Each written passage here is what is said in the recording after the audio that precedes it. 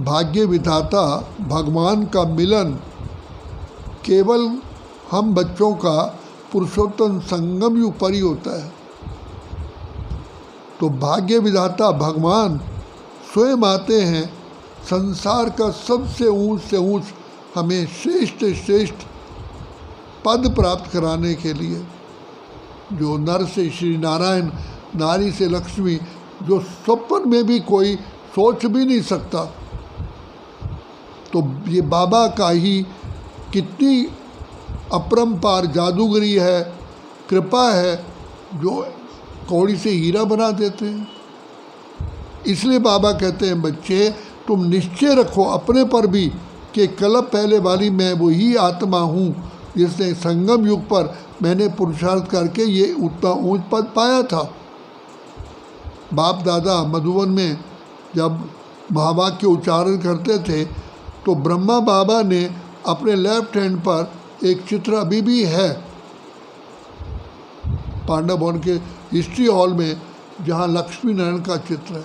तो बाबा जैसे सामने गेट से प्रवेश करते थे तो चित्र देखते थे कि आज मैं ये हूँ, कल ये बनूँगा। तो बाबा कहते तुम बच्चों को भी ऐसा ही निश्चय होना चाहिए। तुम्हारे तो पाँव धरती पर नहीं टिकने चाहिए, खगियाँ जैसे मारते हैं। बच्चे तुमको कौन मिला है? भगवान, ईश्वर, परमात्मा, जो क्या नहीं कर सकता, जो पर्वत को राई कर दे, राई को रुई, सूली को कांटा कर दे, कांटे को जुई। ऐसा प्यारा प्यारा मीठा मीठा हमें बाप मिला और वो अभी मिला है। ऐसे बाप को बहुत बहुत प्यार की छत्र छाया में रहो। बाबा कहते हैं कई बच्चे, कई बहनें को घर से निकाल देते हैं, कहते हैं कि बाबा आप हमें अपनी शरण में लो। लेकिन बाबा कहते हैं मैं भी उनकी अवस्था देखता हूँ। यहाँ रह करके अगर बच्चों को याद करते रहें या परचिंतन करते रहें तो फिर क्या फ़ायदा है। जैसे आर्मी में भी सोच समझकर भर्ती किया जाता है कि ये देश की सेवा अच्छी तरह कर सकेगा या नहीं, यहाँ भी ऐसे ही है। यहाँ अंधश्रद्धा की बात तो है नहीं। तो इसलिए बाबा कहते हैं बच्चे जितना मीठी मीठी मीठी मीठी प्यारी प्यारी याद में रहोगे, तुम्हारा उमंग उत्साह रहेगा, तुम्हारे अंदर बल भरता जाएगा, तुम्हारा चेहरा खिलता रहेगा, तुम्हारी जीवन भी कमल फूल समान हो जाएगी और तुम विश्व की सेवा के लिए योग्य बन पाओगे। तो बाबा हम बच्चों को ये सारे वरदान अभी देते हैं। तो हम संगम युग पर पिता परमात्मा की प्यार की छत्र छाया में पलते हैं। ऐसा बाप कोई होगा संसार में? देखो कोई नारी को लक्ष्मी, नर को नारायण बना दे, जिसमें सारे ही सुख समाये हुए हों, भाग्य समाया हुआ हो, और वो भी एक जन्म के लिए नहीं, 2500 वर्ष के लिए, 21 जन्मों के लिए। बाबा मिसाल देते हैं, कल भी कहा कि MA पढ़ते हैं या कोई डिग्री लेते हैं तो शरीर छूट गया तो फिर दूसरे जन्म में दोबारा पढ़ना पड़ेगा। लेकिन ये पढ़ाई तो ऐसी है 2500 वर्ष तक आप सुख शांति की बंसरी बजाओगे, आनंद की सुख की लहरों में लहराओगे, तन का कोई रोग ही नहीं है। माँ के गर्भ से लेकर के सारे आयु और शरीर छोड़ने तक हर प्रकार के सुख हैं, धन धान्य से भरपूर है।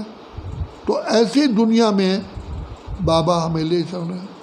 तब हम कहते हैं चलो चले माँ सपनों के गांव में, कांटों से दूर कहीं फूलों की छाँव में। ऐसा हम लोगों ने गीत गाया है। तो हम बाबा आए हैं ऐसी दुनिया में ले चलने के लिए। ये बाबा सुख का संसार स्थापन कर रहे हैं, कोई कर ही नहीं सका। इसलिए बाबा कहते कमाल, बाबा की देखो कमाल है। कहाँ पत्थर बुद्धि को पारस बुद्धि बना देते हैं, नामुमकिन को असंभव को संभव कर देते हैं। तो ये प्रभु शिव बाबा की कमाल है। हमारा पिता भी है, शिक्षक भी है, सद्गुरु भी है, वो मेरा है। ये दिल से आना चाहिए कि बाबा मेरा है, मेरा है, मेरा है।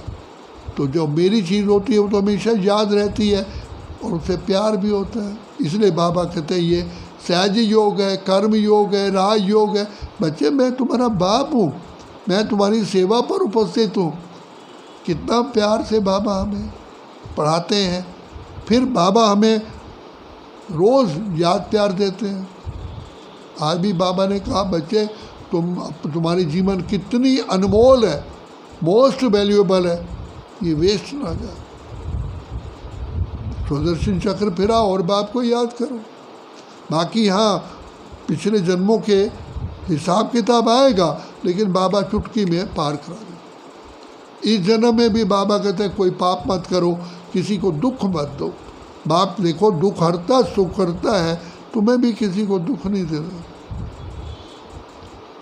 तो भगवान भाग्य विधाता हमारी सेवा पर उपस्थित है, ये सदा सामने रखो। बाबा, प्यारे बाबा, ओ मीठे बाबा, मैं कितनी आपकी महिमा करूं, मेरे पास वो महिमा का शब्द ही नहीं।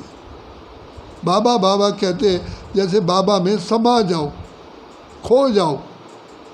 जैसे बच्चा आता है माँ की गोद में समा जाता है, उसको चैन मिलता है, ऐसे ही शिव बाबा की गोद में समा जाओ।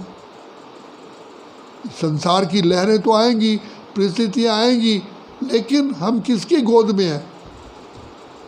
भगवान सर्वशक्तिमान हो। ऐसे प्रैक्टिकल अनुभव। एक बहन यहाँ से गई विदेश में, तो वहाँ पर सेवा केंद्र पे रहती थी, तो 15-20 किलोमीटर की एक झील थी, दूसरी तरफ और शहर था, वहाँ सेवा करने गई। तो वो बोट पर बैठी, ये प्रैक्टिकल सत्य बात आपको बता रहे हैं। बोट में बैठी तो आगे चली, बोट्समैन ने चलाना शुरू हुआ, एकदम आंधी आ गई, तूफान, नाव हिलने लगी। तो जितने भी लोग बैठे थे उनके आँखों से आंसू आने लगे, अब तो मृत्यु सामने है। वो उठी और उसे बोट्समैन जो घबरा गया था उनका कि देखो तुम तो नाव जो परमात्मा तुम्हारे सिर पर है, तुम परमात्मा को याद करो, नाव पार हो जाएगी। कितना मिरेकल है। वो बहन भारत की रहने वाली, माँ बाप से छुट्टी लेकर के सेवा करने के लिए गई है, और वहाँ अगर पता चले कि वो तो वहाँ डूब गई है, तो लेकिन बाबा ने हाथ पकड़ा हुआ है, तो थोड़ी देर में ही 2-4 मिनट में ही तूफान ख़त्म हो गया और वो अपनी मंजिल पर पहुँच गया। तो परमात्मा पिता है। पिता है, कौन है पिता? परमात्मा पिता है, हमारा रक्षक है, खिवैया है, भाग्य विधाता है, वही सबसे बड़ा सुप्रीम डॉक्टर भी है, धोबी भी है, सुनार भी है। तो बाबा कहते हैं जैसे सोने को सुनार साफ करके कितना सुंदर गहना बनाता है, मैं भी तुम्हारे जीवन को अति अति सुंदर बना देता हूँ, जो देखने वाले देखते ही रह जाए। तो इसलिए ऐसी जीवन हमें बाबा ने प्रदान किया है। ये जीवन हमारी नहीं है, ये बाबा की है, इसलिए खुशियों में रहो और अपनी जीवन बनाओ। अच्छा, ओम शांति।